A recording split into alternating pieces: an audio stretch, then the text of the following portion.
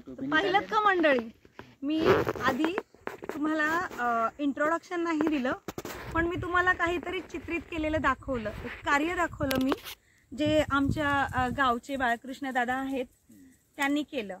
जी शेती आहे त्याच्यासाठी ते जे काय म्हणतात त्याला, स्ट्रॉबेरीचे वण, तर ते तिकडून जे करत होते ते त्या क्रियेला आपण म्हणतो स्ट्रॉबेरीचे वण. म्हणून मी मुद्दाम तुम्हाला पहिलं दाखवलं, ती क्लिपिंग्स होती की कशा प्रकारे केल्या जाते, आणि म्हटलं त्यांना कामात डिस्टर्ब न करता पहिला त्यांचा व्हिडिओ काढून घ्यावा आणि ते काय करतात त्याची थोडीशी आपण माहिती घ्यावी त्यांच्याकडून. तर नमस्कार मंडळी, as usual me Mrs Uma More from सखा निवास कृषी पर्यटन केंद्र तुमचं सहर्ष स्वागत करते.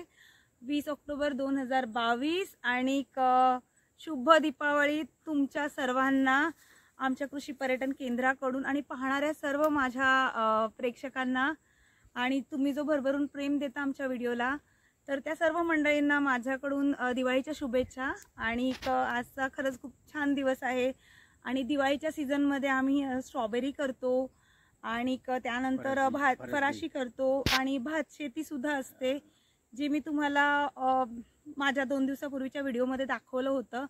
आणि आज मी तुम्हाला नवीन काहीतरी दाखवलं ज्याची जी सुरुवात होते. तर शेतीविषयी आम्ही कृषी पर्यटन केंद्र आणि त्याच्या आजूबाजूच्या आमचे जे गाव आहेत त्या गावातले शेतकरी कशा प्रकारे मेहनतीने करतात ते सगळं मी तुम्हाला या व्हिडिओमध्ये सविस्तर, जेव्हा जेव्हा मी इथे येते राहते आणि इथल्या मंडळींशी चर्चा करते आणि इथला जो मी अनुभव घेते तो मी तुम्हाला शेअर करते.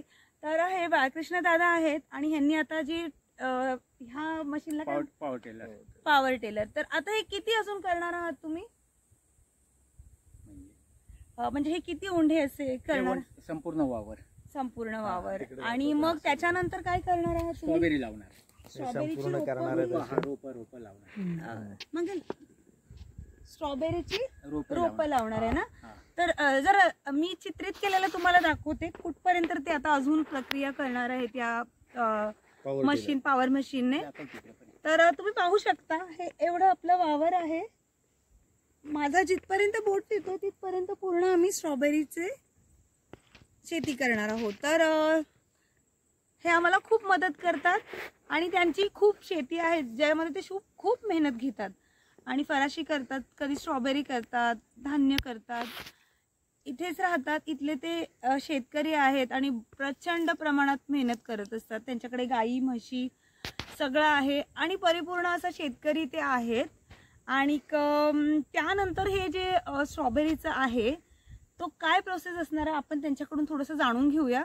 तर दादा तुम्ही काय करणार त्याच्यानंतर, हे रोपं लावल्यानंतर? रोपं लावल्यानंतर त्याच्यावरती औषधं वगैरे करून ती फळं आल्यानंतर फळं मग कस्टमर येतात, खातात, विक्रीला नेऊ शकतो आपण बॉम्बेमध्ये आणखी इतर ठिकाणी.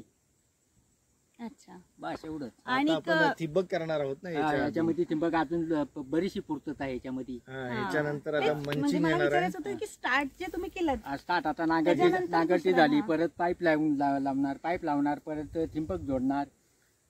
आणि या सर्वांना किती काळ जाणार तरी? 2 दिवसामध्ये होणार.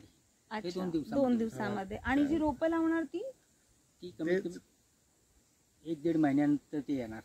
1-1.5 महिन्यानंतर. फळ येणार. 1-1.5 महिन्यानंतर फळं येणार. आणि कुठलं लावणार आहात तुम्ही फळ? स्ट्रॉबेरी, नाबिया आहे, स्वीट चार्ली आहे. स्वीट चार्ली, इंटर, नाबिया.